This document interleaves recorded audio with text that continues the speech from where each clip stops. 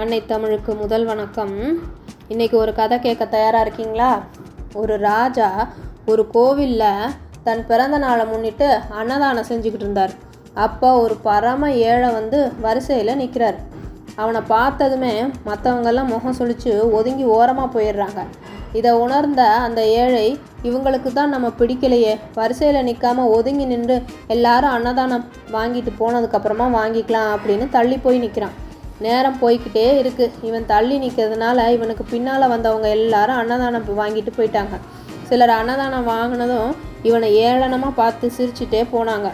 இவன் வாயை திறந்து எதுவுமே சொல்லலை அப்படின்னாலும் மனசுக்குள்ளே ஒரு சோகம். எல்லாருக்கும் தரப்படுற அன்னதானம் கூட நமக்கு கிடைக்க இவ்வளவு காத்திருக்க வேண்டியிருக்கு, எவ்வளவு போராட வேண்டியிருக்கு, எவ்வளவு இழிவான சொல், இழிவான பார்வையை சந்திக்க வேண்டியிருக்கு. போன ஜென்மத்தில் என்ன பாவம் செஞ்சோமோ, இப்படி தவிக்கிறோமே அப்படின்னு தன்னுடைய விதியை நொந்துக்கிறான். மாலை நேரம் வந்துக்கிட்டு இருந்தது. அப்போ காத்திருந்து சரி, நமக்கு இன்னைக்கு பட்டினி தான் அப்படின்னு எழுதியிருக்கு போல.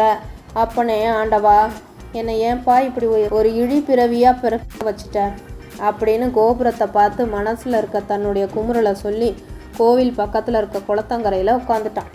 குளத்து நீரை கையில் எடுத்து முகத்தை கழுவி படியில் சோர்வாக அமர்ந்தான். ராஜா அன்னதானம் கொடுத்து முடிச்சுட்டு அந்த படித்துறையில் காலார நடந்து வராரு. என்னப்பா சாப்பிட்டியா அப்படின்னு ஒரு 10 அடி தூரத்தில் இருந்து குளத்தில் தான் முகத்தை பார்த்துக்கிட்டு இருந்த அந்த ஏழைக்கிட்ட கேட்டார்.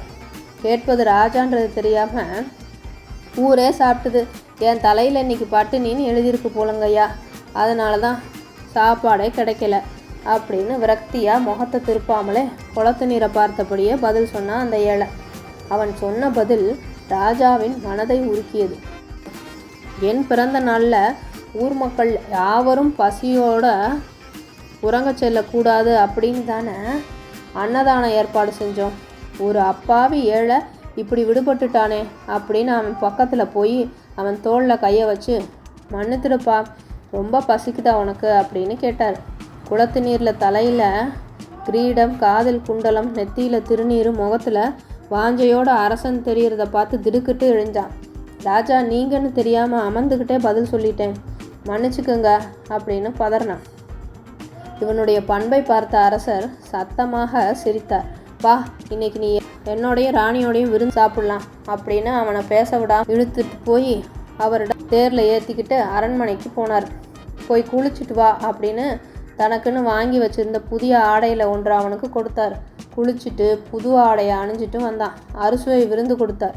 சாப்பிட்டு முடித்து அவன் கையில் ஒரு குடம் நிறைய பொற்காசும் கொடுத்தார். இன்னையிலிருந்து நீ ஏழை இல்லை, இந்த பணத்தை வச்சு நீ விரும்புகிற தொழிலை நேர்மையாக செஞ்சு கௌரவமாக வாழு அப்படின்னு வாழ்த்தினார். அது வரைக்கும் அமைதியாக இருந்த ஏழையினோட கண்ணில் தாரையாக கண்ணீர் கொட்டுச்சு. ஏன்பா அழுற அப்படின்னு ராஜா கேட்டார்.